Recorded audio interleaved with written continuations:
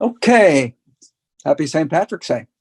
And that was actually the reason that we picked this. I had another piece picked, and I said there wasn't enough green in it. So um, this is 18 by 24 toned with a little blue, little orange, and a little white.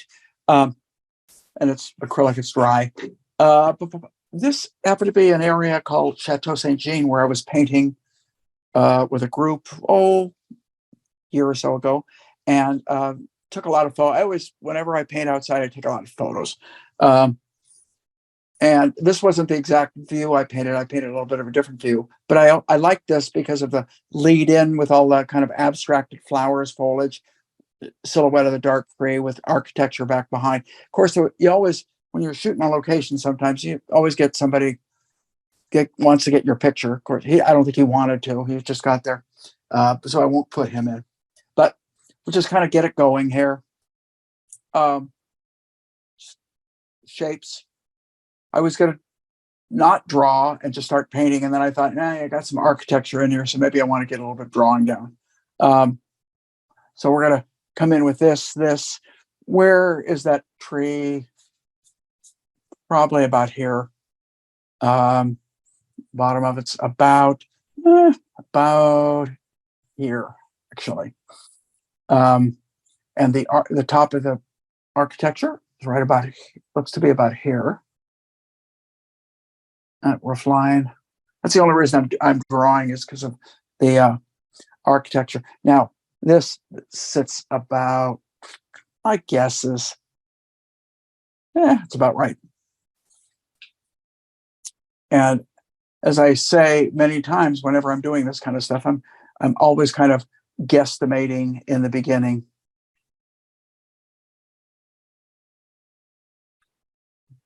Let's see, we get that little wonderful. It's a wonderful place. Any of you are ever out here in the Sonoma Valley, Valley of the Moon area, it's not only a really cool winery, but it feels very European, which one of the reasons that I like to take groups there, and they're really nice about letting us paint on the premises. So we're going to kind of get some of these arcs in, kind of place them where I think they belong. Spacing about that space should equal that space, and it's going to sit about here.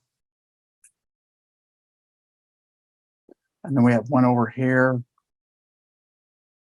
further, but we have a lot of foliage interrupting. And it comes up out in here, so it's going to bring this over a little bit. And once I have a few of these key marks in here, I'm going to start laying masses in. Now, question has occurred with some folks about, do you always draw like this when you're on location? Depends upon what I'm doing. And it depends upon how much time I think I'm going to put in.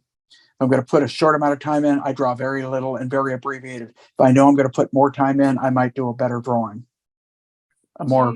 Stephen wants to know if you always trust your reference for color. No. Printouts cannot always be the best color. Nope. In fact, I've got one printout that I was going to paint from today that was terrible. It's one of the nice things about having painted here is I do know the color, but having been this is a really interesting question because having been my background as an illustrator, very often I work from black and white prints. And so I got very used to kind of inventing color. Not that it's always the best thing to do, but do I always, I love that question. Thank you for asking that, really. Fellow illustrator. I just don't. I don't trust it. I want to enhance it. You want to, even if I'm painting on location and I want to change something, brings to mind once upon a time, I'm growing some brown or asphalt. I'll give you my palette in a second, a little bit of green. But several years ago, while I was at the Academy of Art, which I'm still there, by the way, but while I got Burton Silverman, who's one of my favorite figurative artists, if not who I think is number one right now in the world in terms of figure painting. And there's some wonderful figure painters out there. But became the school and was doing a demonstration for us, thankfully. Really nice. And he got Anna to pose, and which she wasn't real thrilled with because she wanted to watch him work, but he wanted to paint her. Um, and he didn't like the color scarf she was wearing. Forgot about that. Yeah, you remember that? Yeah. And I like the color scarf. I would have painted it the way it was, but he wanted a much more, he didn't want the scarf to over, I think it was a maroon type of a scarf. So he painted it kind of a blue gray. And his idea was he thought that would enhance the face more by not having something too loud. And I do kind of the same thing to a degree when I paint, even on location. If I think there's a color that I want to make a stronger statement about, or make it less severe, I may change that color. I'll often do the opposite. I'll often and take color the other direction. And I have an exercise that I always give classes when I teach this quick studies class. And anybody that's taken it, people really like this exercise. And it's exaggerating color on a nude. So we get a nude model. And when people think of nudes, they think of flesh tone, right? So, by the way, I'm just laying in, as you can see, I'm mapping it in with darks. So let me see, about to here, and that's about right. Looks like there's something back, a little bush back in here.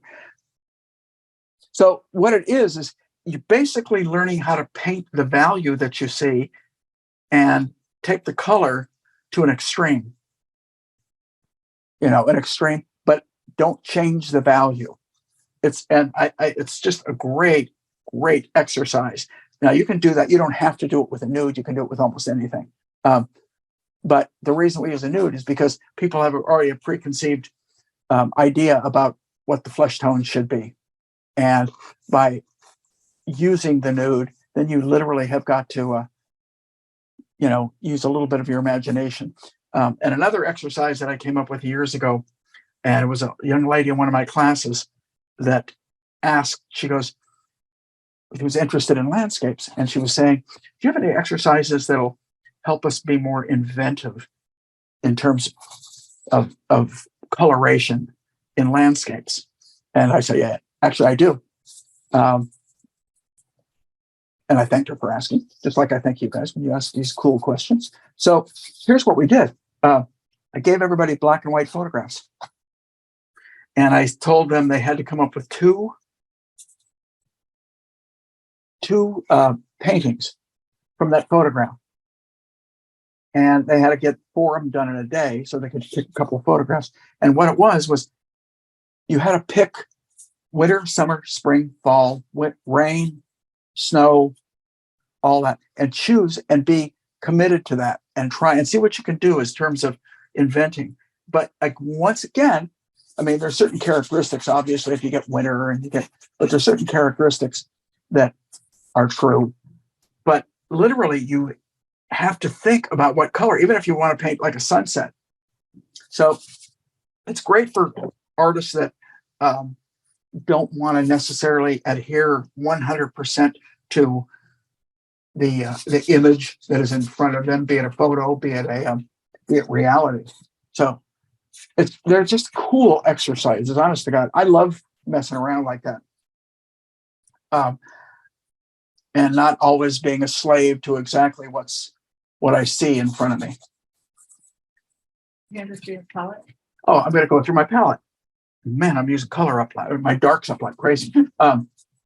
So I have a little bit color that I may not use. I have a little bit of yellow thrown in because I know I'm going to just I think it's a tad yellow hue and off to the side, and I have an unbleached titanium off to the side at the same time, which I may or may not use. I will use, obviously, titanium white, Naples yellow. Let's see, alizarin. I mean, not alizarin crimson. Why do I always stumble on this one? Yellow ochre. Had red hue.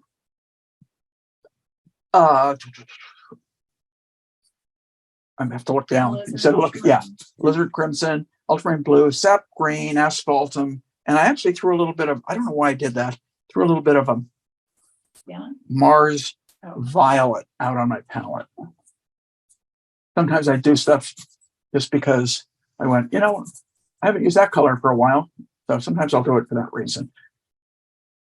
So you can kind of see, hopefully we're kind of mapping in the primary darks that I see. And then I see some mid-tones in, and then we'll get into the color, which is going to be back in here. So get a little thicker. You're not worried about sky holes. Oh, no, not worried at all about sky holes. Just ask. And you shouldn't be, at least at this stage. So the only other thing I want to do is above the roof line, I want to probably make that not quite as bright as it is. So it's very ochre like. So I'm keeping the pigment in my brush, and I picked up some ochre with the same pigment, but I do want it a little warmer. So I threw a little bit of, that might be, that's actually going to work out okay.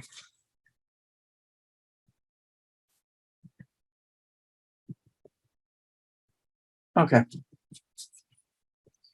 So far, it's kind of a mess, huh? It's okay. I do need to map this umbrella in.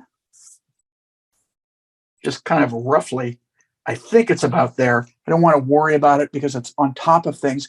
When you paint on top of things, I recommend that you don't necessarily try and finish them off too soon. Because then you feel terrible when you have to destroy it.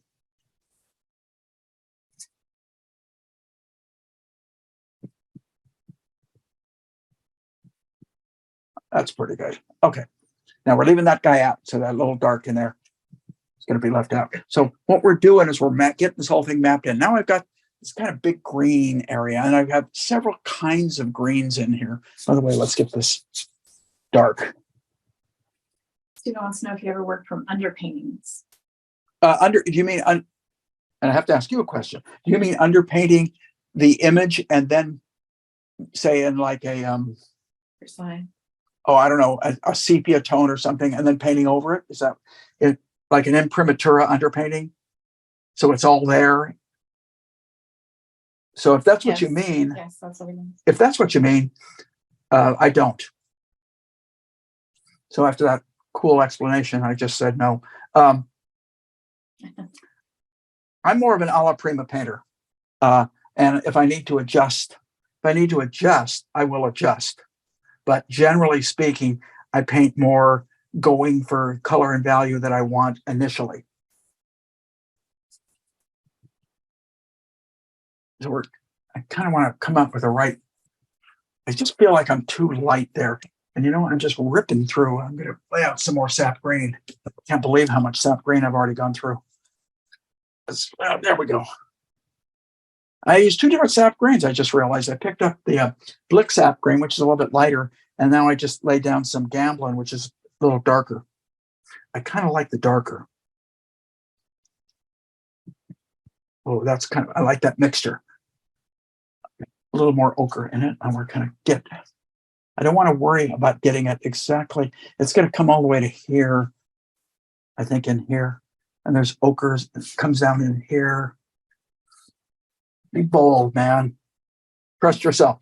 That's funny. Stephen just said he loves the directness of your approach. It can be scary to go for it in the beginning, and you just said be bold. Yep. Perfect timing. I mean it too. Just I know I say this a lot, and I'm just going to keep repeating it until you guys are so sick of it that you tune out. And that is, pretend like you know what you're doing, and don't assume you're correct. You're probably not, but you know what? You may be closer than you think. And you always adjust. I like the fact of being wrong and adjusting. I do like the way that works, rather than just always go down. I've watched people say, "Is that the right color? Is that the right color?" And the answer is probably not. But that doesn't mean don't do it. That means do it. And then if you need to adjust it and you fix it later, say I just threw some a little bit of the cad red light into that color because I saw some warms down in here.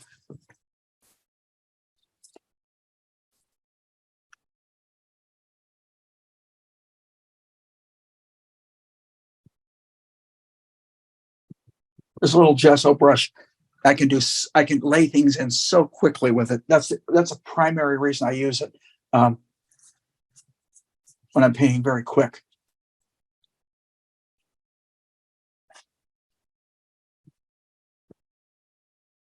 A little bit of some really nice green happening right there. And then the whole top of this is going to be, I'm going to hit a little bit more yellow and ochre and a little green back into that. And let's see what we get here. Nope, more yellow. I didn't need the ochre.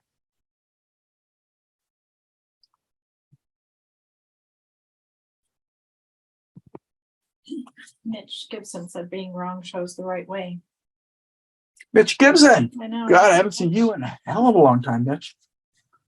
I miss you. You're such a cool Mitch taught, and I think he still does, but he taught for us in the fine art department for a long time.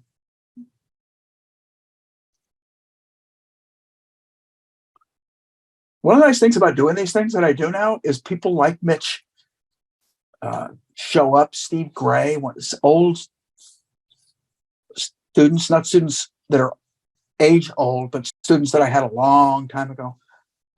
It's really unique. Jim Graysick, I noticed, was on last week. So that's always nice to hear from these people. Yeah, we miss you guys.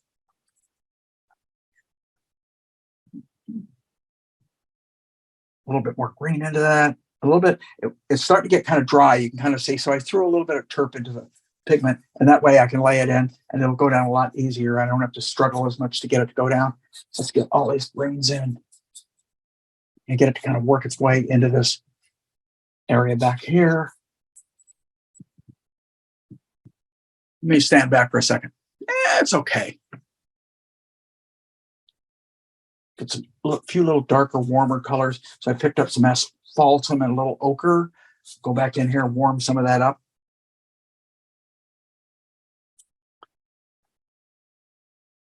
Keep your strokes all over the place. Let me step back. So if you were painting, Just knock stuff over, but that's par for the course. That's par for the course for me in my studio. I don't know about you guys, but my studio is always, usually what's in front of me is all I'm concerned about. So what's behind me, beside me, it's falling all over the place. just happens to land wherever it. So the chaos is around me, and in front of me, generally, I have a little bit more control over. We're gonna get some darks right in here, right there. That's what I was looking at. And for darks, every time I throw darks in, it's almost always a mixture of whatever my deep brown is, whether it's a burnt umber or whether it's asphaltum or Vandyke brown. It's one of those, and ultramarine blue, or occasionally a sap green.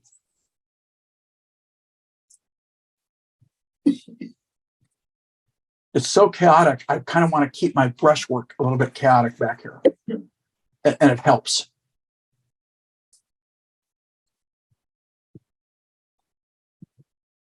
Would you be approaching it the same way if you were on site? Exactly the same way. In fact, all of these that I do, these demos, whatever you want to call it, live paintings, all of these, I'm approaching it almost identically as if I were painting on location, because I'm on location. Now, let me back off on that just a little bit. The one exception is if I'm going to do a longer painting and I'm going to go back a second day or a third day, then I will be thinking in terms of what happens after. I'll be setting up. As I am now. I'm actually, when I paint, I always set up for the stage to follow. If you follow me, okay? Meaning that I know that stuff is going to happen on top of this paint-wise. And so I'm always looking for what's underneath so that I can add what's on top as we get closer to completion. So I've got quite a bit of this covered at the 20-minute mark, which is for me good. Sarkis wanted to know if you got a haircut. No, Sarkis, I'm going to go after. Thank you, Matt, for asking. You can't see me, can you? And that's for a reason. I am going to go after this. Anna has to go do something. After this, I'm going to get something. We're going to eat, and I am going to go get a haircut. Oh, I know why he said that. Because you mentioned it last week. Yeah, and I posted a photo of a sheep I did a few years back, and said makes me realize I need a haircut. Now, I'm one of these children of the 60s, so my hair tends to stay pretty long. And I guess I'm lucky that I still have it. Yeah. So I'm just having fun laying warms on cools, cools on warms, and working back and forth to get kind of the, for lack of a better word, a little of the chaotic look that's going on. I'm going to, let's see, is that yellow? Yeah. I'm going to lay out some more yellow because I'm needing that more than I thought I was going to. I don't generally lay out a lot of yellow. This is cad yellow hue. I don't generally lay a lot of that color out because I don't find I need it too often unless I'm doing some outrageously intense greens, which there are some pretty good greens in this. So Mitch said, at least you have hair. who said that? Mitch. That's true. Lucky. Right. Little too strong, guys. You know what you do when you get it too strong? Dull it down. Good.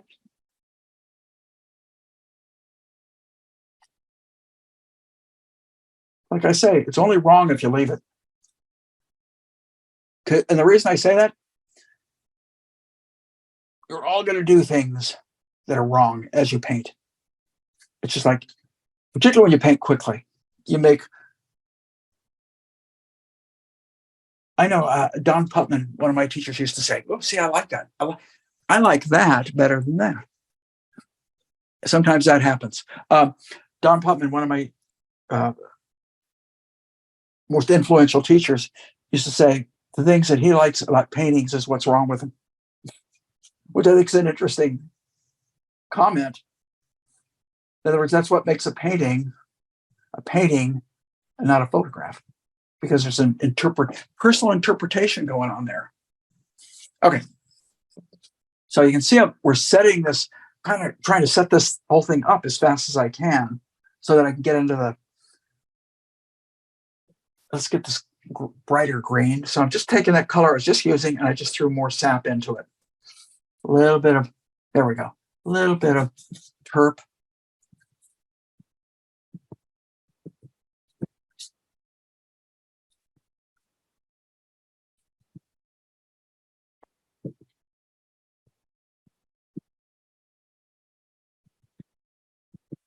Let me just step back. How's it shaping up? Am I thrilled with it? No, I'm not thrilled with it. Do I dislike it? No, I don't dislike it. What does that mean? It means it's okay. Glenn just mentioned Putt. What a wonderful painter and man. What's that? Glenn just mentioned Putt. Because you mentioned him. What a wonderful, Oh, yeah. Wonderful painter and man. And a character. And definitely a character. I don't know if you guys know. Glenn, I assume did you have Putt as a teacher?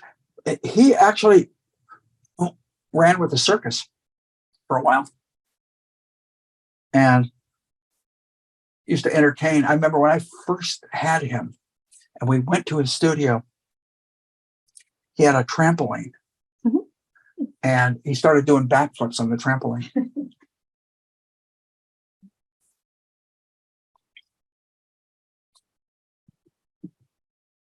Great.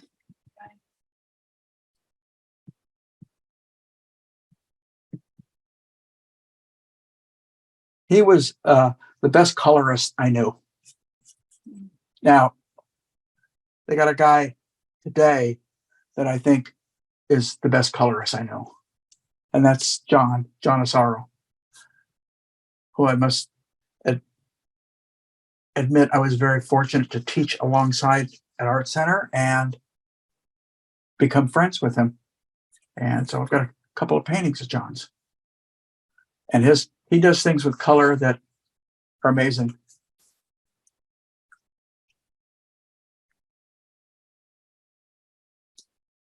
There's so many terrific artists out there, you guys. You probably already, I'm sure a lot of you already know that. And hopefully we all learn stuff from each other.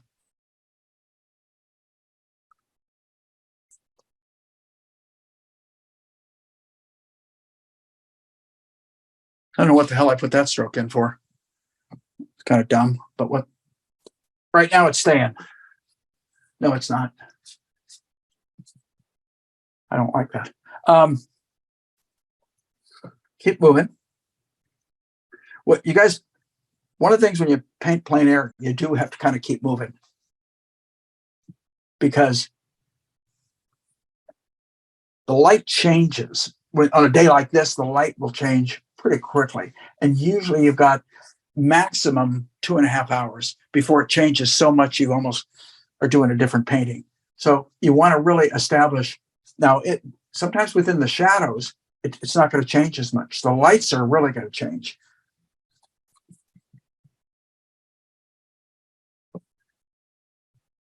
So to get more yellow, a little more green. It's going to happen right up in here. Oh, that's pretty good.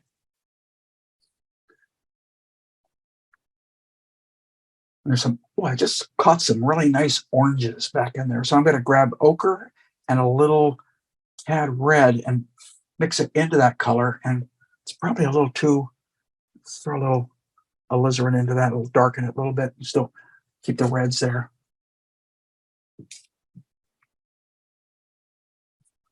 And a lot of those reds are underneath, so they're kind of colors you want to get in there and then come over them with other colors. And that's basically how you paint this kind of foliage. I don't know what I'm doing here. I should have just continued that same green I was using. It was pretty good. Right about in here.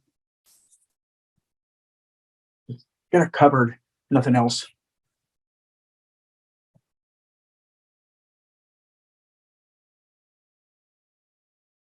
Sometimes by using just this little part of the brush here and not always painting with the tip, you can come up with effects that are much more, they will depict what your subject is much more readily.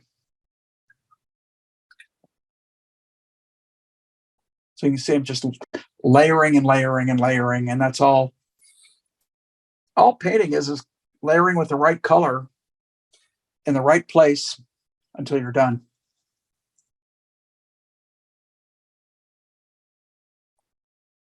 You said you used to talk about cerulean blue as a value guide when painting outdoors. That's what a buddy of mine, Dan Cooper, told me that somebody had told him that, and that try not to paint some of your darks much darker than cerulean blue is in terms of a value until towards the end. I'm not sure, that works, but I was looking at a really exceptional painter from Australia, and that's Coley Wisson, and he overstates shadows and makes them, boy, really dark and near black, and it works beautifully. So you know what? Every time you hear something and you hear a rule, I don't care who it's from. If it works for you, keep doing it. And if it doesn't work for you, try something else. Okay, so it's starting to look active enough, right? So I want to kind of get into a little bit of the background now, and at least set it up because we're about 30 minutes in. I'm going to go back up in here. I want to bring this down a little bit lower.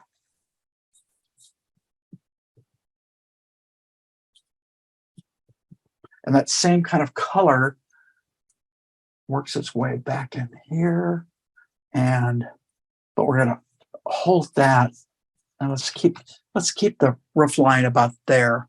I think that may work better. We'll find out in a second. I think the first thing I'm going to do is I'm going to establish this shadow.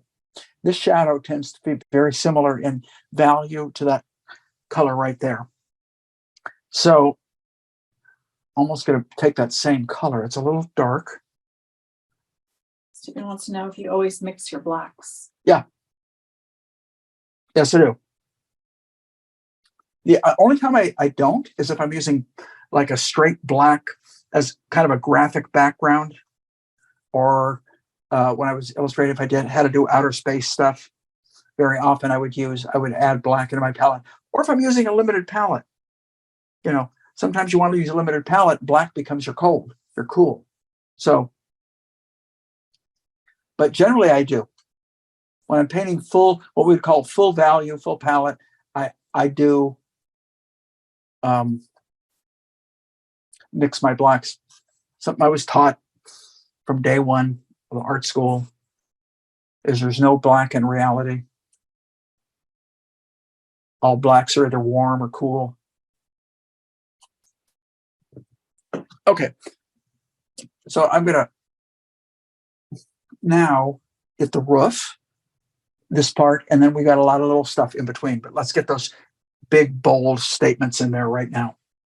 So I'm going to get rid of some of the pigment in that brush. I'm going to pick up my cat red hue. I'm going to bring in a little bit of Naples yellow, some ochre, maybe some yellow to orange it up a little bit. I think that, I'm pretty close. I would have never thought I was that close. And we're going to raise it just a little bit, about to there. Stephen wants to know if you ever paint with a limited palette when you're painting from life. Say that again? If you ever paint with a limited palette when you're painting from life. Yeah. Yes, I do. In fact, I give exercises where I force people to paint with a limited palette. Generally, I don't do landscapes too often with it, but figures, yes.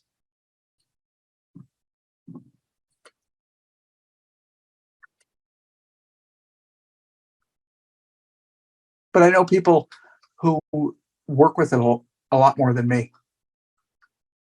Like I said, just what I said a little while ago,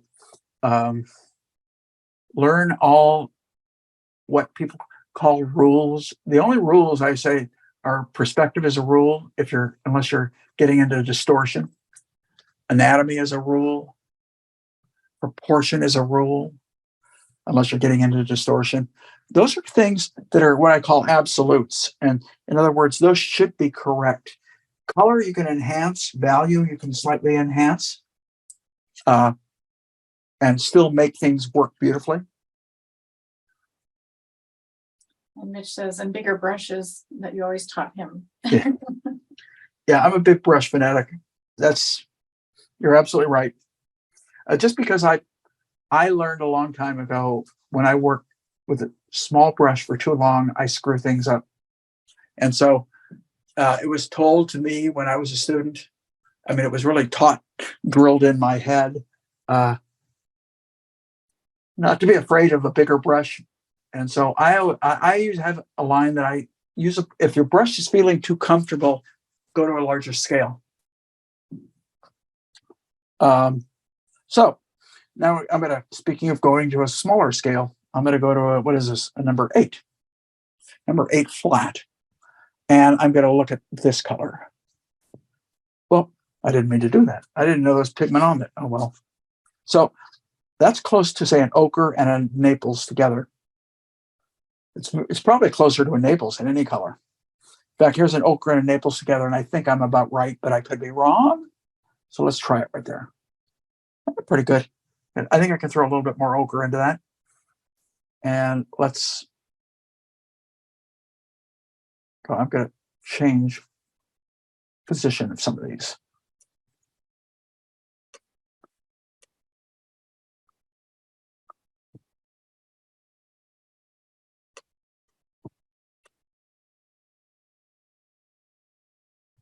It's kind of nice having this little background color. And people have asked many times, do I choose the toning of the canvas for what I'm painting? Generally, no. I just have a lot of toned canvases around, and I never know what I'm going to use them for. And so,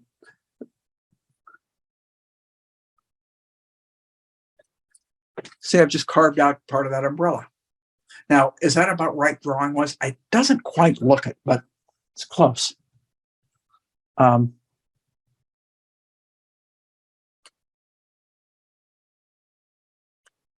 I like the color I'm using.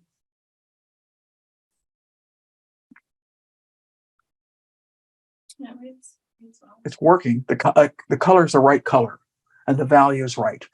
So that solves a couple of my problems right there.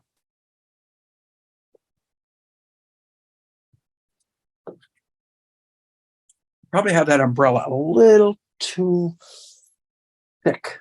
So I'm going to cut it down just a little bit. There we go. And let's get this big area. Got to mix up more color.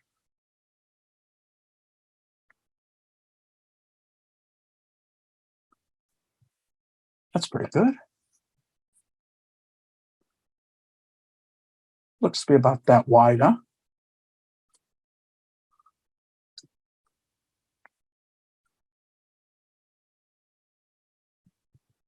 So what you're going to see, hopefully, is the mapping out. Now we're getting rid of the figure, the mapping out of this image.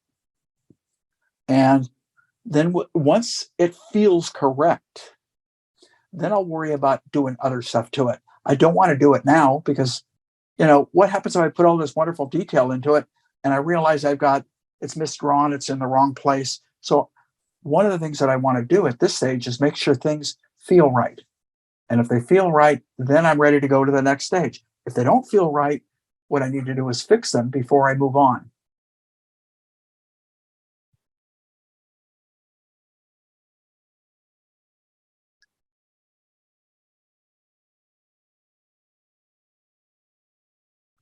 Now I'm looking at it, spacing looks pretty good. You may be wrong. Or I should say, I may be wrong.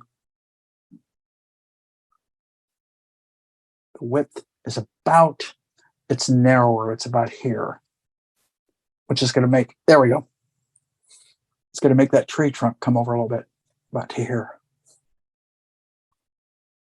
This tends to brush is a pretty good brush for what I need right now. What's that one? This is a number 8. Number 8 flat. Standing back, double checking that space, that space, that space. It's a little off. Not way off, but off enough where it kind of bothers me.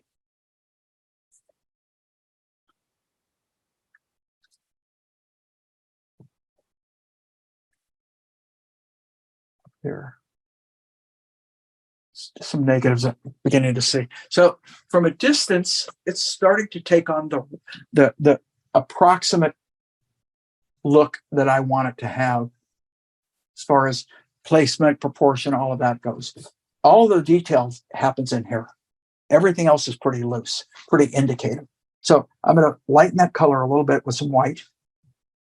And I'm going to be kind of careful if I can. And I'm going to put the light in right here. Got to go lighter. Just put a slight mark, and I could feel it was not light enough.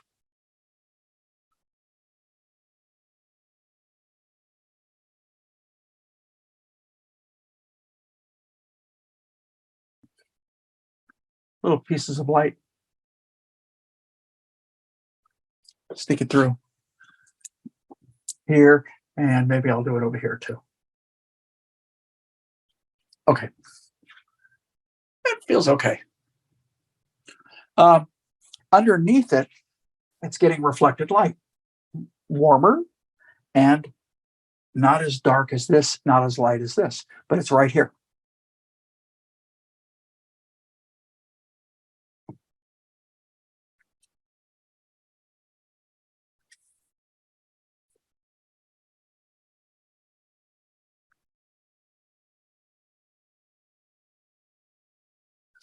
Okay. Does that feel right? Yeah, it's okay. A little bit lighter in here. So maybe I'm going to add a little cool to that color because I don't want it quite as red, but right about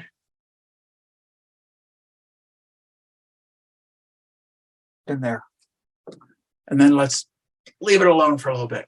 Okay. I see I could go in and do a whole bunch more work. So I'm going to go in here, add a little bit more information. And I'm going to switch down to, I think, a number 4. So I want to go a little smaller. I want to do the interior. It's darker, but not dark. And that we're talking that.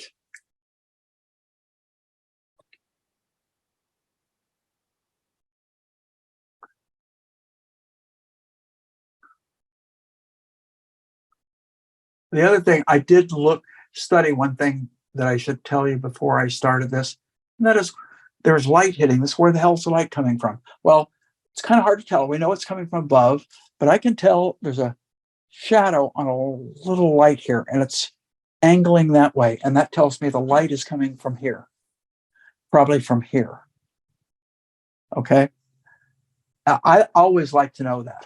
Yeah, so that ties in with Mitch was just asking, do you consider the light on the building graduating from left to right? Yep. But it's more straight above than it is even left to right. This is a little bit on the left, but really it's more straight above. So we want to get that. We want to make sure we have all these. This one's high. This one needs to be higher. And I need to show more of it. I've really got this way off over here.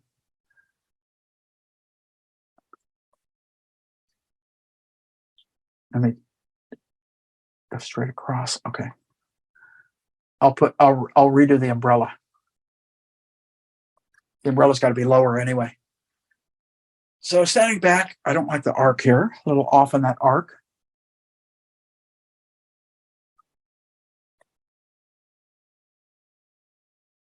Okay. That same darkness on this one, particularly, this is the only one. Well, I see it over here too. The same kind of darkness comes down here. And underneath, let's see, right underneath.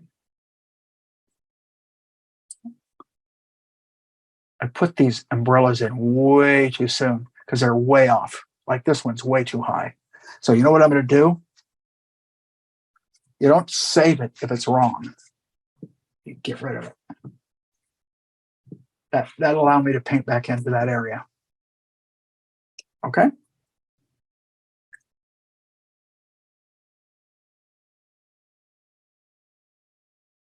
Sometimes I would put those umbrellas in afterwards. All right. Simply want to go just a little darker, and we're going to bring this down, this piece of architectural shadow, which is going to be real. Just leave it.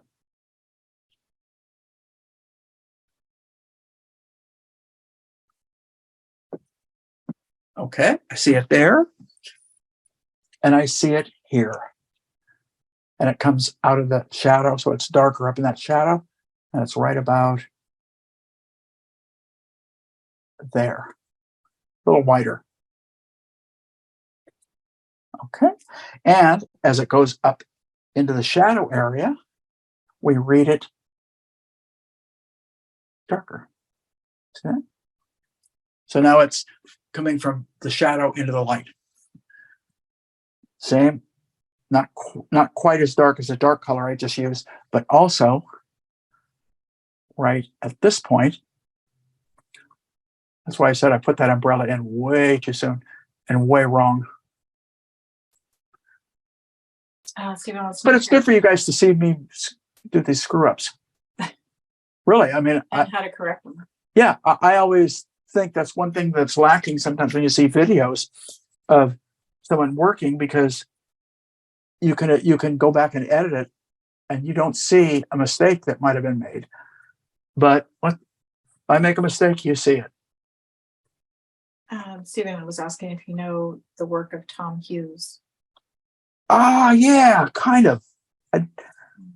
I've seen his work and I don't know exactly where, probably on Facebook.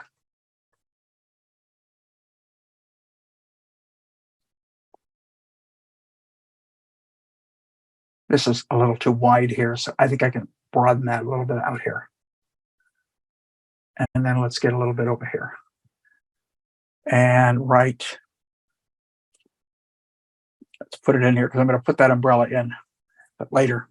So we have it kind of going straight across. I'm back. I'm okay. I'm a little low here, a little high here. Bring it down a little bit. Okay. Just so I start to get the flavor of these, I'm going to lay the darks in. And I'm not going to lay them in real thick. I'm going to take my blue and my brown asphalt and put them together. And I'm going to put, first one is here.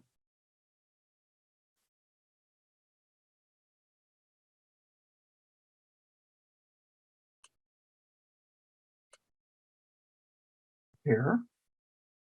And then I'll fix them.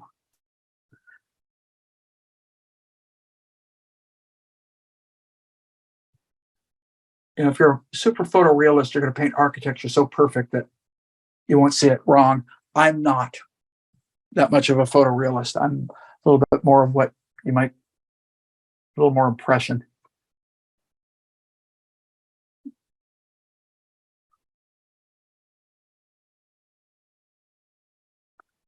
I'm just saying that it was pleasing to read about Sargent laboring over his paintings because they always look so fresh. Yep. You know what I heard? And I think it was a student that wrote this, that somebody had watched him work and that he would overwork the hell out of things and then go back with finesse at the very end and make it look like it was just effortless.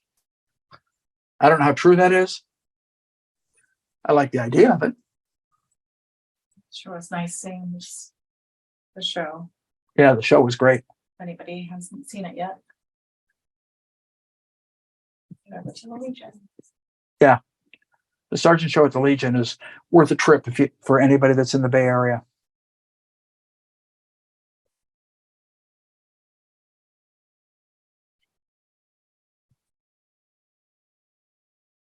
So this will allow me to check and see if things are shaping up the way that I hope they will. So I'm going to step back for a moment. Yeah, it's beginning to feel like a piece of architecture. I had handy, in case I needed it, and I am going to use it because I am doing architecture. And I've shown you guys this before. This is just a cheap yardstick. So I can do it fast. That's the main thing here, is I'm just trying to be able to indicate things fast. Now, there's some whites on the pieces of architecture. So same brush with white and just a touch of Naples because we want to warm it up like sunlight. So white and a touch of Naples and some medium. And we're going to try and put it in where we see it. And I see it here.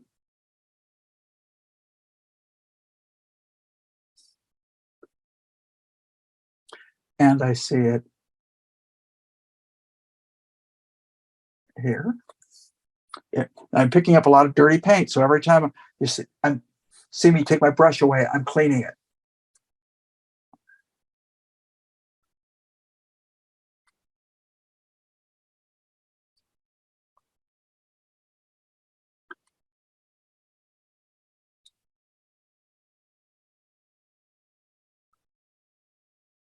And there's a little bit of white right there. And it comes down. Yeah, I really made a mistake by doing those umbrellas too soon. Because I have to fight them now. And I was just saying I was putting them as placeholders, but you know what? I put them in the wrong place. Nothing wrong with that. It just makes it a little bit more of a challenge to correct it.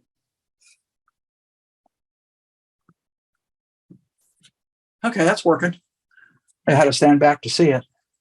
When I stand back, I'm getting back about maybe 5 feet.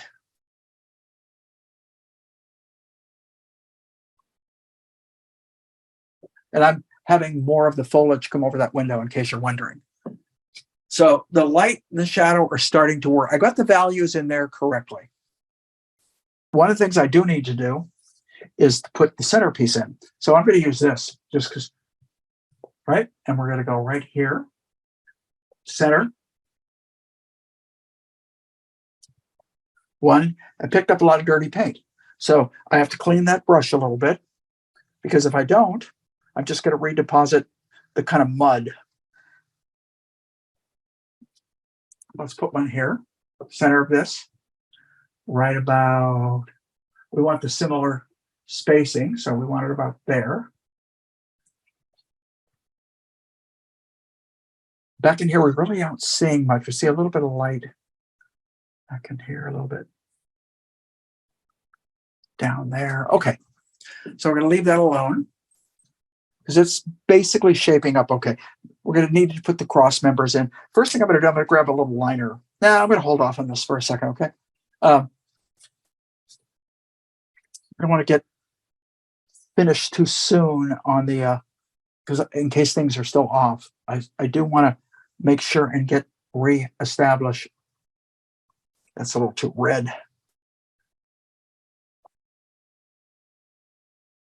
There we go. Reestablish the darks. On this one, I know I pushed it, so I got to bring it over.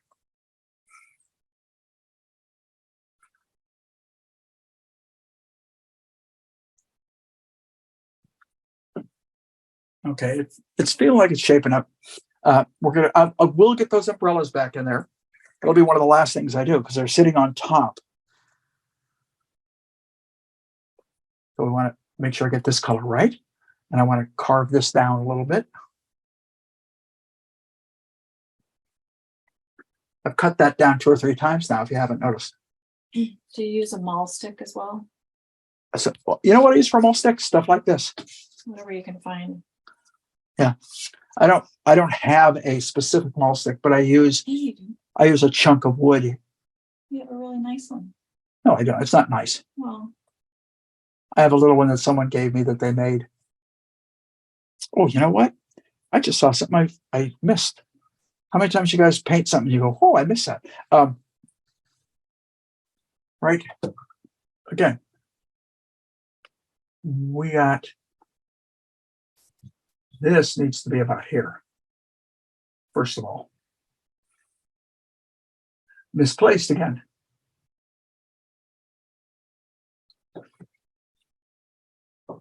Let me get in there and do it this way. And right, very thin.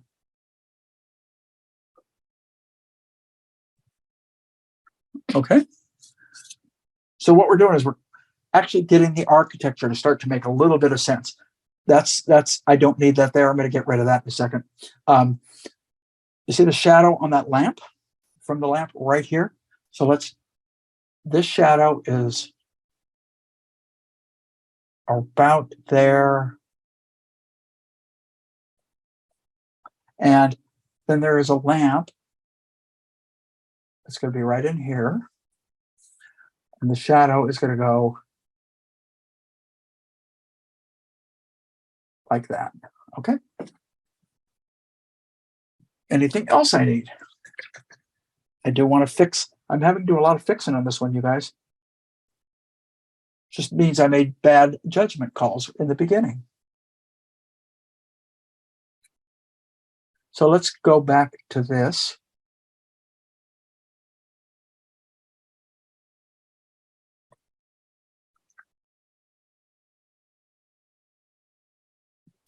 That's better. And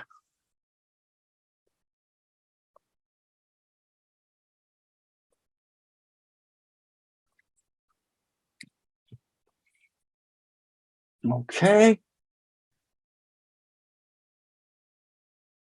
There we go.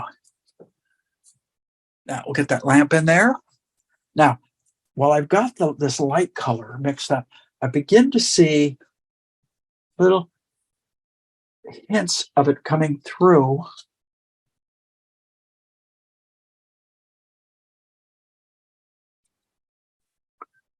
A little bit there.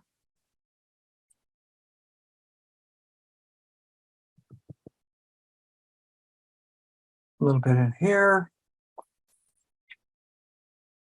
Might as well get it all we can. Oh, I see some really nice little liner strokes, but I'm going to try and do those at the end, provided I don't forget.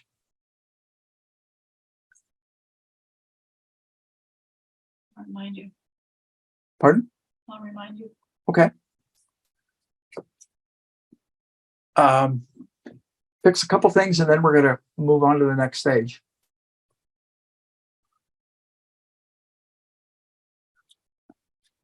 All right. Add some of the stuff back in here. Let's get some of those greens up in there while I'm there.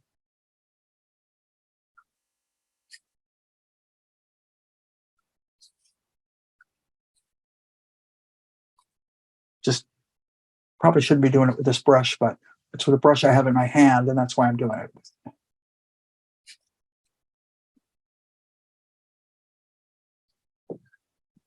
Okay. I'm going to finish with this, but I'm not going to do a lot to it. If I don't have time, and this has a lot to do with plein air painting, but if I didn't have time, this is going to stay like this with just a minimum amount of work, of additional work on it. But I did take some ochre, a little Naples, a touch of a warm, and I'm going to add some of the, that's too, not quite there. Let's do it again. I was talking to one of my students this last week in class, and I was saying, as they were finishing, they were starting to notice all these little nuances of color. And I said, that's right. That means you're looking at everything at the right time. You don't want to see those in the beginning, because then you get hung up in doing all that stuff. And that is only works if you have everything below it already set up.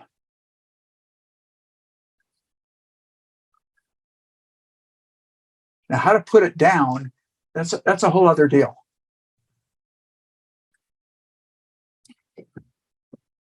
Okay, it's working all right. Just step back again. That's the only way I could tell. So Mitch had a question, and he said he noticed that the reference is on your left, and you taught him to never look across my painting arm. Is that always true for you? I generally put reference on the left, and here's why. I paint with my right hand. But I'll put it on the right sometimes. I don't have a specific thing to do, but generally that question was just asked last week by a student, and I said, I generally put it on my left because if I'm looking over this way and I'm painting this way, but what I try and do is always have my whatever I'm painting right beside me if I can. So and what I mean by that is if you're painting from life, you want it as close to your painting as you possibly can. Now, there's a problem with that at times that I've done, and that is when you paint plein air, if you don't use an umbrella, and I very seldom do, but if you don't, I've had a paint where I'm painting what's back there. So I'm looking over my shoulder all the time. Now, that's actually a really good exercise. It's too hard. It is hard, but it's a wonderful exercise. And if any of you ever went to art school, you probably had exercises where you painted from a model, and the model was behind you, and you had a draw or something from the model. And so it's just one of those things that you have to build your memory, because you have to remember what's back there as you turn around. So you can't look at the two things at the same time. Again, exercise. It's an exercise, everybody. It's not necessarily the way to always paint, but there are certain things you can do as exercises that really does help your painting when you do some sort of what you might consider a finished type of painting. Foliage going over it. There's foliage coming over this. I've got to get I've got to use that liner. I hate to use it this soon, but I've got to use it now simply because there's stuff overlapping it. So I'll tell you what I'm going to do. And so liner is a lot of this stuff up in here. That is in shadow. So I want to get the shadow color that I was kind of using here.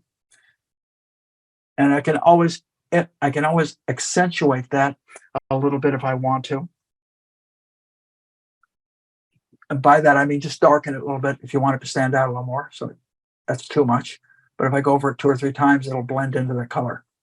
All right. So I want to come up very close to that kind of shadow color. And what we want to do is find the center line. I'm going to try it freehand too. You got to get a lot of medium in this because you're painting on wet paint. The medium I'm putting into it is turp. All right, we're going to go that one. We're going to do that one right in the center. We're going to do that one right in the center.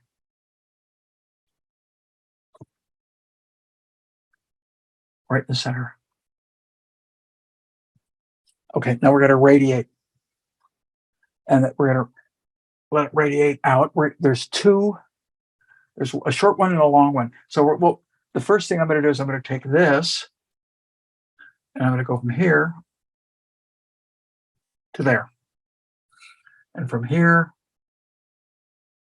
to there. And here. This is the most boring stuff to watch, isn't it? Finishing paintings is kind of boring.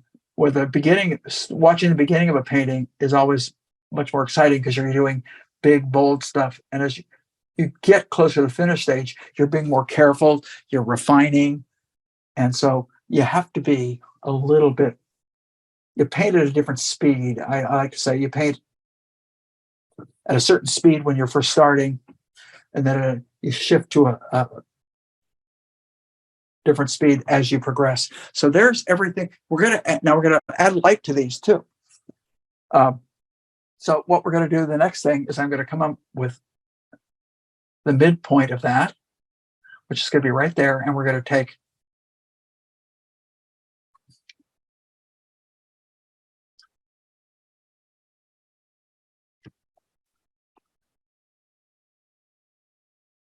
that's gonna have a little light on it too. I'm not gonna worry about if it's perfect. Only because I don't have time to worry if it's perfect.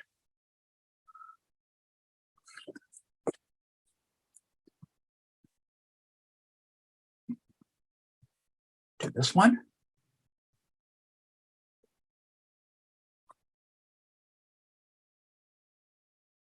And this one.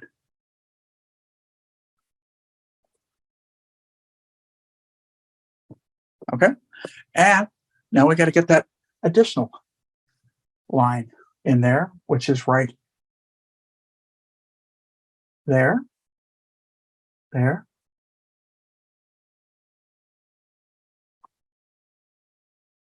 We're just splitting the difference.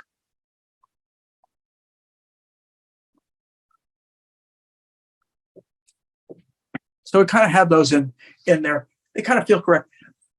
While I've got the same shadow color, well, not much of, now it's all in light. I'm just looking.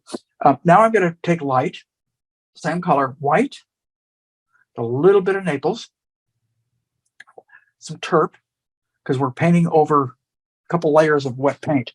I'm going to clean my little finger because I've been setting it down, and we're going to look and see where is that being lit.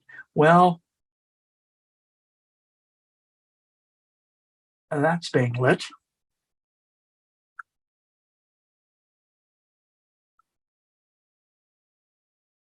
Okay.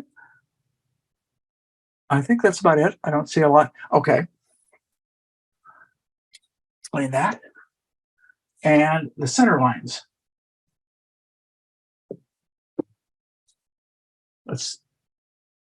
Umbrella's going to go in front.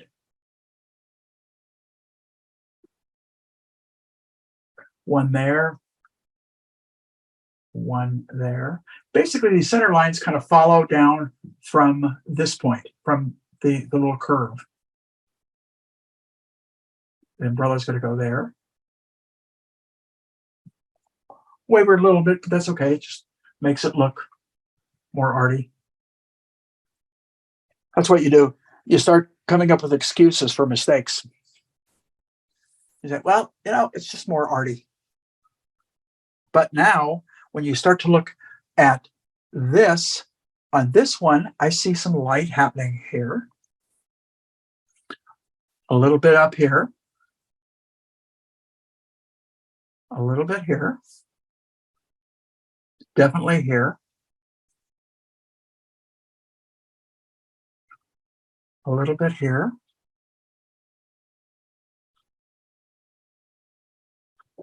So now we have light hitting, that's it. So we've painted light and shadow. Over here, a little bit, almost the same thing. A little bit center. Up here, about here. So a little bit there. And then definitely this.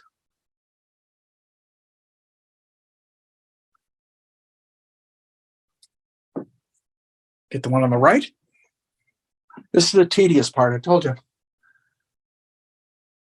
Yeah, it's good to see you do it. What? It's good to see how you do it, how you approach it. I'm getting sloppy because I'm getting fast.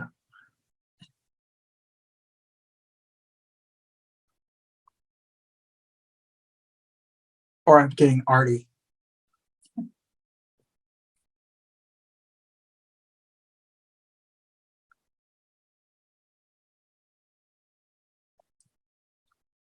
Okay, now let's get the cross members in the door. We're going to do, I want it just so they stay at the same level. I'm going to use it, and we're going to put one here. Blocking, but it's kind of. Yeah, I'm sorry if I'm blocking. And we're going to put one there and come straight across it. Make sure we get it right here too.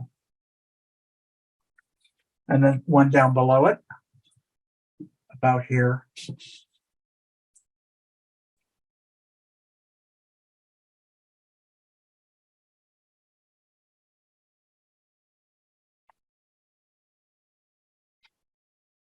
Okay, so now it feels like detail.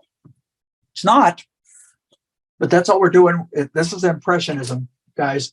It's not exact, perfect photorealism, but we want to give the impression that it's right. So I want to clean up a few of the marks that I left.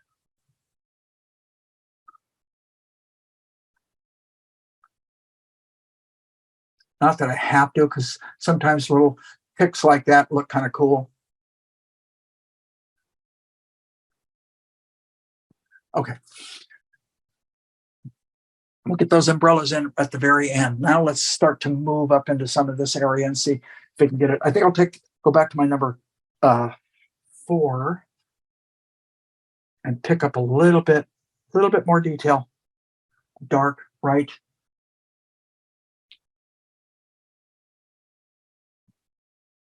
A little too dark. But, you know, I'm going to live with it. And then there's light areas, which is, I can actually go back and use the color I was using up in here and indicate. So it feels like it's more refined.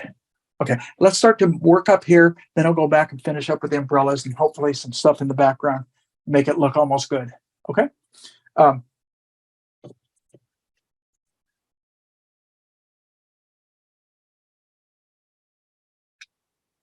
Little dark right there, not much. Okay, I'm going to take my big brush because I'm going to start working with the foliage again. And we're going to go back into the trees. We got some branches there, which I've already kind of indicated. And actually, a couple of. Now we want to, I put lights on. Now I'm going to go back to darks because you paint light, dark, light, dark, light, dark as many times as you can to get it the way you want it to look. You don't just do it one direction and say, okay, I'm done. You know, I'll tell people, put your darks in more. Well, I've already done that. Yeah, but there's more that needs to happen. So one pass does not make a painting. You got to go over it and over it and over it until you feel it's complete. You get to say when it's done. Of course, when you're painting outside, the light gets to say sometimes when it's done. Okay, I'm going to move over into this. Now I see some leaves. You guys probably can't see them back in the shadows, back in here, and they're a little bit light, but not light. So I'm just looking for a right value. That's probably a little too light. Just to give a little bit of a busyness. And I can also go back into this with darks. I'll show you what I mean in a second.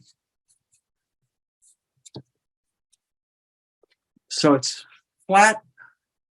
Now let's go in with some of the lights that are back in there. And they're pretty light. I'm really not sure why. It starts up in here. Oh, I can see what it is. Some of it is more yellow. And I'm going to put a little medium into that. This time the medium is the solvent-free gel. We're going to put a little bit here. Actually, it's not. It's, what is that? A little bit of linseed oil.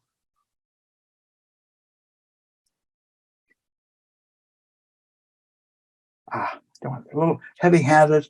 That's when you kind of take your finger and you go back and fuss it.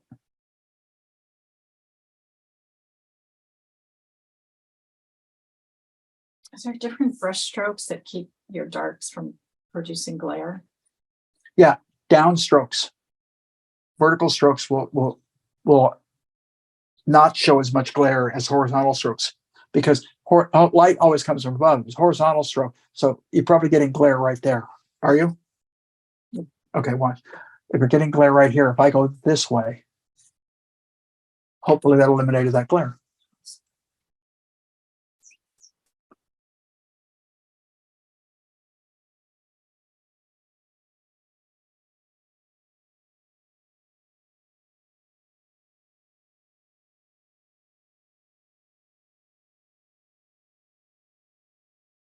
Okay, I'm getting enough variation up here. Now I need to work a little bit over in here.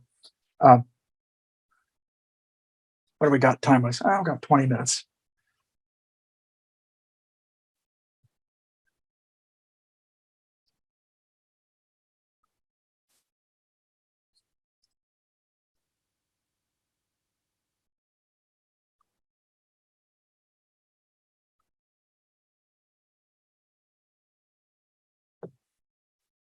That's feeling pretty good. I'm going to leave that alone for a second. I'm going to clean that brush pretty good. And I'm just going to, because I want the light off of it, and I'm going back to darks. This time I went blue, a little sap, and umber. And I'm going to put a little bit of terp into that. And we're just going to start, I think I want a little more umber in it. Not umber, the asphalt. We're going to go darks.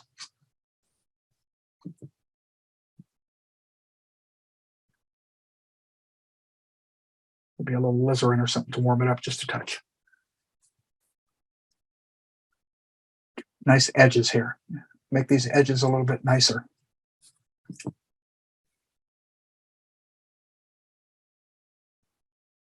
Down here, really, oh, we got a really nice coming down. I'm going to bring it over this. I think overlapping is going to help. It did. I just stepped back. That's how come I know it did. Okay, so we're going to come in here, bring a little bit more down over this. That's why I wanted to get some of those things in before the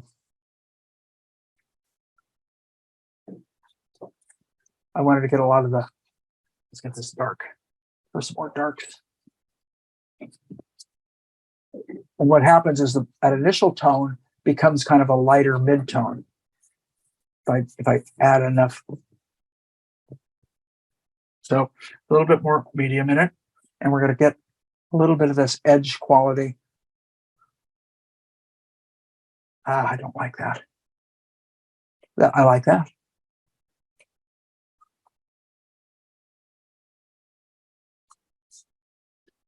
Let's get a little bit more umber. I call it umber. It's asphaltum. Bring it, get the tree trunk. Now we're going to get that. I'm going to go for that umbrella where this one first.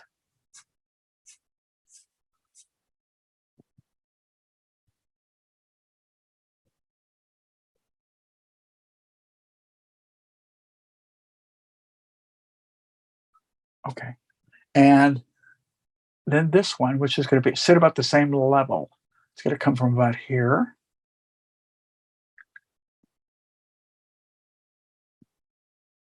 Down there. That looks okay.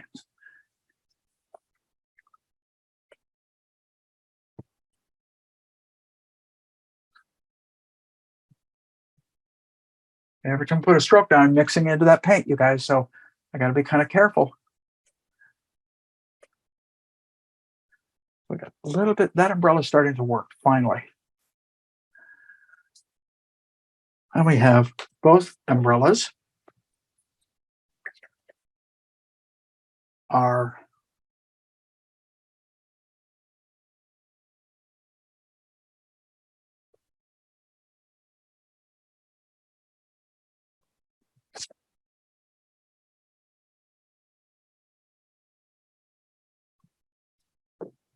and we want to put a little dappled light on this one. Maybe a little bit of information back in this one. Oh, I just saw something I can do. I can bring, so I get the shape of this right. That part of the umbrella down.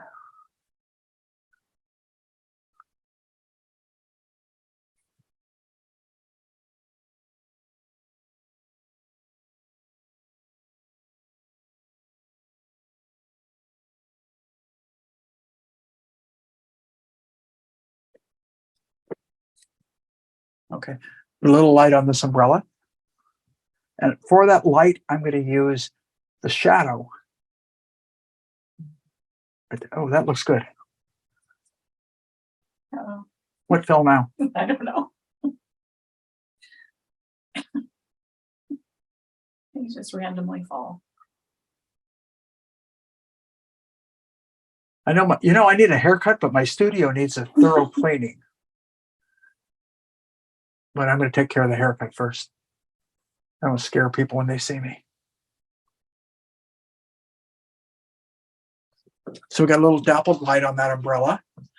I could put some up back on this umbrella. I don't know. I think I see a little bit of light happening on the edge. So I could, if I wanted to, right about here, throw a little bit. And if I'm going to lighten a little. I can see a little bit of information, a little lighter. It's too light. Still has to stay in the shadow.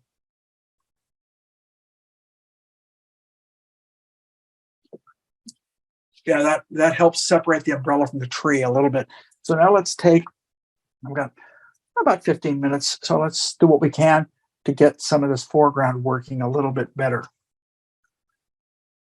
I want to get this little shrub in front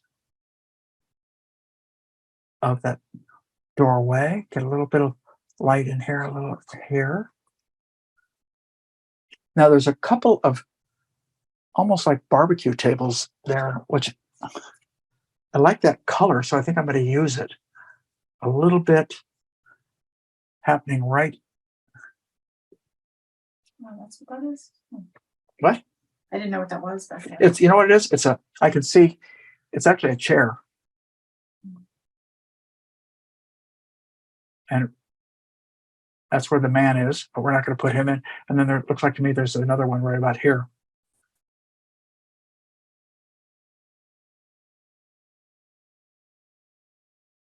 A little bit of a color snap back there kind of helps. Now, I want to accent some things. I want to start to accent. It's a little too green. So I just mix a little bit of my warm color. This is where I probably should be using a mall stick to get a straighter line.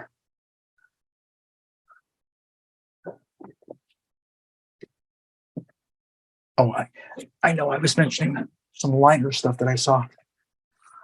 Let's get the architectural detail.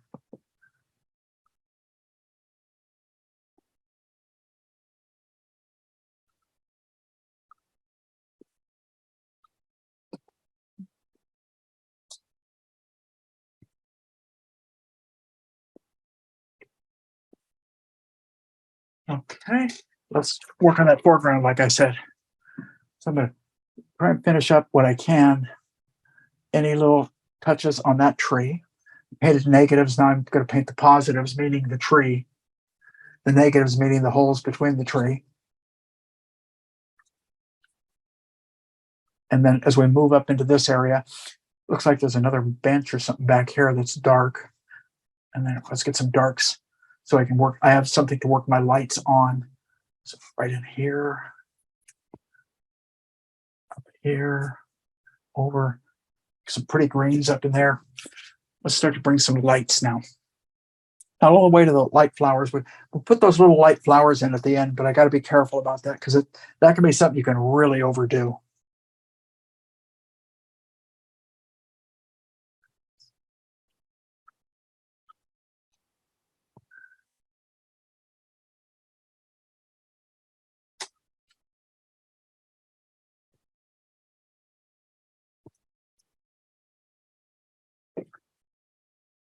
More ochre as it comes over here. Definitely more ochre. A little bit lighter as it gets up in here. We just want that brush to kind of scuff it on, so to speak.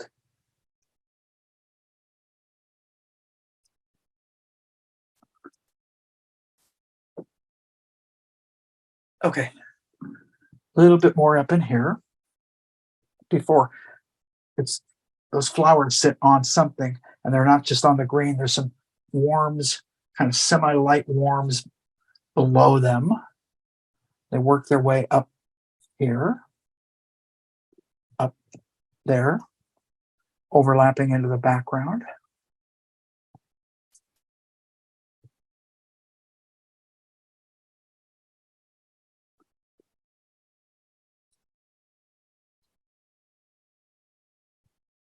Up here a little bit. Okay. I put some of the greens up in here, a little bit more of a lime type of a green, more white, more yellow, and more green. Let's see what color this is.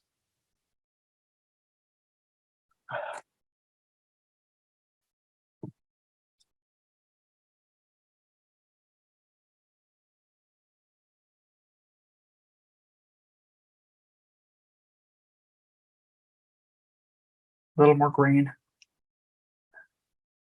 a little bit more. I gotta go darker. It's got to overlap right there. Same here. It's got to overlap. Actually, it overlaps the umbrella a little bit. And then it comes up above and breaks. When you can overlap, overlap, because overlapping will give you dimensions. It's one of the things that is out there. And sometimes I'll cheat and overlap even more just so I can get more dimension out of something.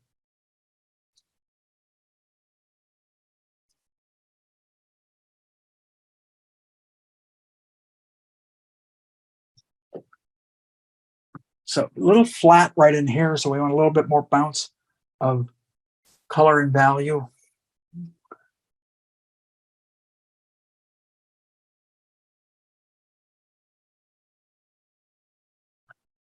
Got to be very careful not to smear it into the paint that's already there. So I'm just trying to lay it on top so I give the character of the busyness of that area. A little bit more yellow into it.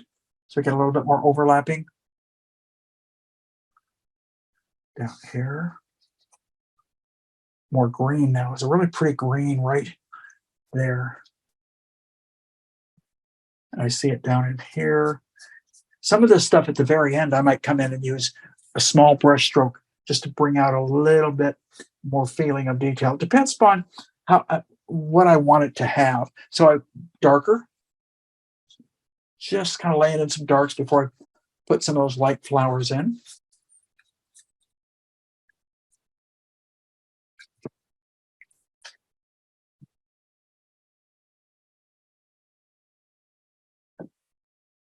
Stepping back. Okay, now I'm going to start to lay the light flowers in. I'm going to lay them in 2 stages. First stage won't be as white. Second stage will be a little whiter. So, Naples, a little bit of a gray to gray the Naples, and We're going to start up in here. You can use this. I could actually come in and use my unbleached titanium into this, which is what I've just loaded on my brush, little unbleached titanium and along with the white.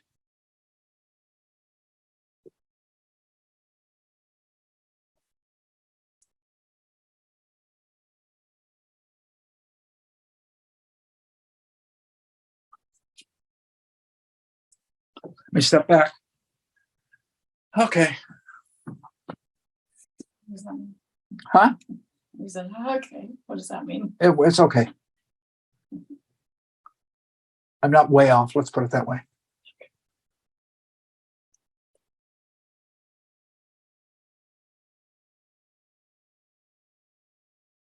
I want to be a little too dark at this stage. A little bit. And I see a little pink every now and then. Wow. Just caught that. A little warmth. So I can grab a little. Whoa, I went too far with it, but let's put a little pink. That's too much. But I don't care right now. It's okay. When you're this close to your time frame, sometimes it'll add a little pizzazz. That's a technical art term. Everybody should learn.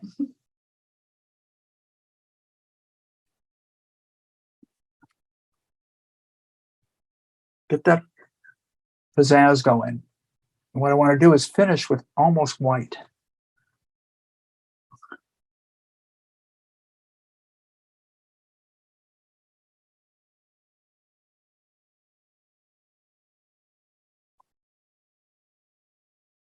It's like a wine tasting there. Huh? It's like a wine tasting there. Yep. It's a great place. You can go paint and taste wine.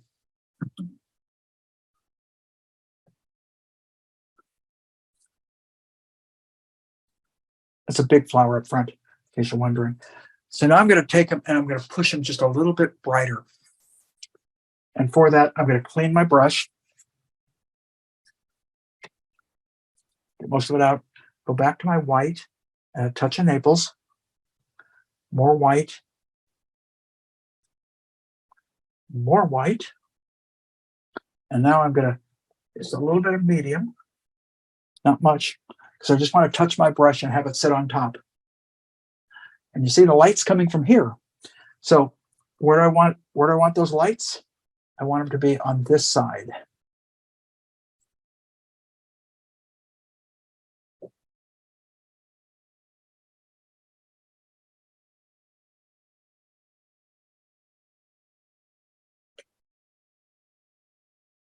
See, some of them are brighter than others.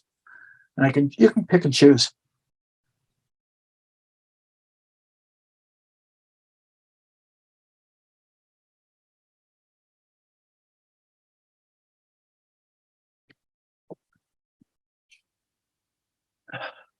Not totally knocked out by that. I need to get a little bit more of that greenery in there. So I'm gonna probably should have had it in before, but hey, it didn't work that way, huh? So we're gonna get a little brighter here.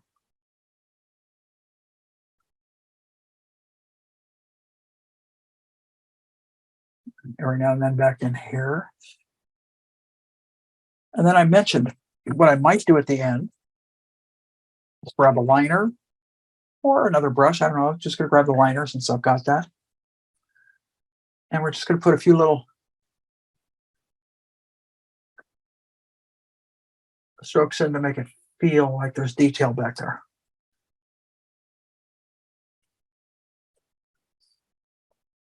Not a whole bunch, just kind of pick and choose. This, you gotta be careful because you can really overdo this because you want to put it all in. You see, oh, there's a lot more. Well, pretty soon, a lot more looks like you've just taken and you've polka dotted the hell out of the thing, which is kind of what is happening a little bit here more than I wish it was. And I think what it might need is a little bit of stroking.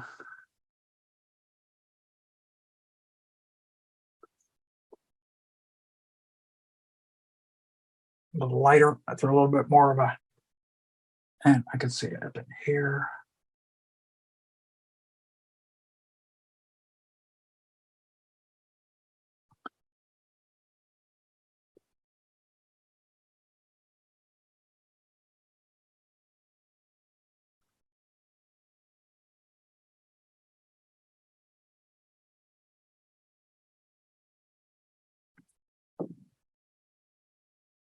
Let me see how it's looking. It's okay. A few more of the little darks. We're just about done. Just a little bit of the overlapping up in here. Right about here.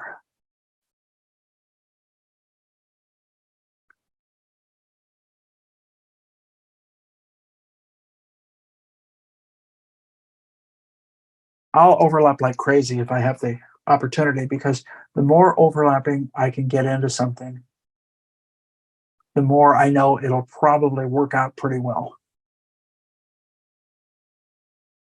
And it's kind of like layers. The more layers you can put on, generally, the better, unless you start really over fussing it.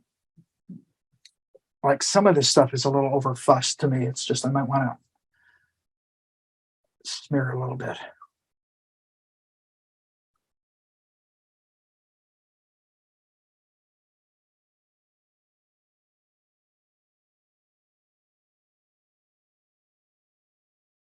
Oh, that's nice. This is a good brush to use. I just realized it. Should have realized it earlier.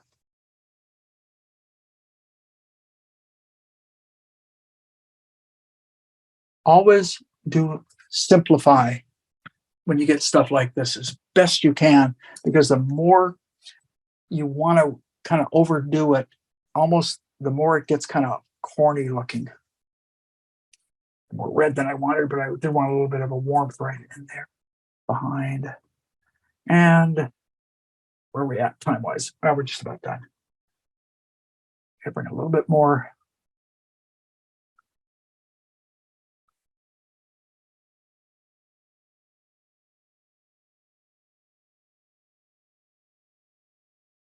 Let me stand back for a second. Yeah, it's starting to hold together. Some of this bothers me up in here a little bit. I didn't really probably spend enough time, but get a little bit more green up in there, and just kind of a dry brush, a little dry brush here and there.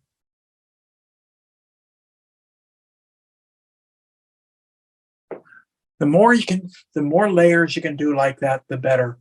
Overall, it's okay. Which is kind of how I feel about most of these. And it's kind of how I generally feel about a lot of the plein air stuff I do.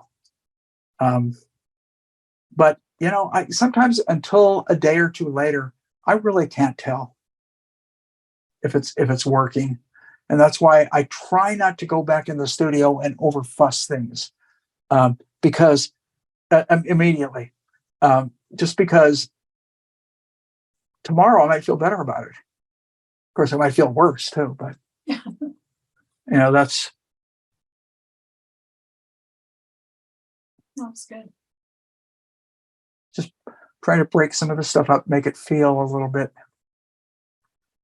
So if you paint, but if you're seeing one thing, you're really seeing that I'm not painting one direction. You're seeing that I'm painting lights, then darks, then lights, then until I get the look that I'm after. And that look is something that you will discover the more you paint. The more you paint, the more you'll discover what you think you need to do. And part of it is observing what you've done in the past. The more you do that, the more you'll realize, oh, you know, if I just do a little bit more of this, I can really start to pull this thing off. So not crazy about these flowers. I think I went a little too far with them. I don't think, here's the reason, you guys, I'm just giving you, I don't think I have this background tone set up enough. I don't have enough variation in it. And so if you don't, very often something like those flowers will look like they're just painted on a simple flat color. So sometimes you need to get enough busyness, like even that is beginning to help a little bit. In any event, I am going to call it quits. And I probably will work on it a little bit, but not right now. And I'll repost it, but I'm not hopefully you're not going to see much of a change, because it's pretty much the way it's going to look. The only thing I might do is see a few little things that bug me and fix them.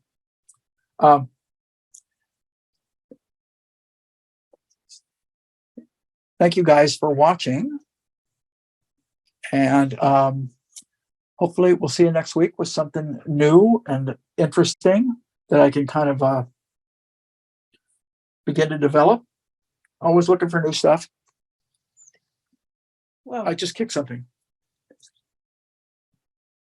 Okay. That's going to be it. Having fun here. Still putting strokes down. Busyness. Okay. okay, thanks, Justin. Thanks, Justin. Thank you Thanks, all for everybody. watching. Happy St. Francis. Happy St. Patrick's Day. At least I got my greens in, huh? Okay. Okay. See you guys. Bye-bye.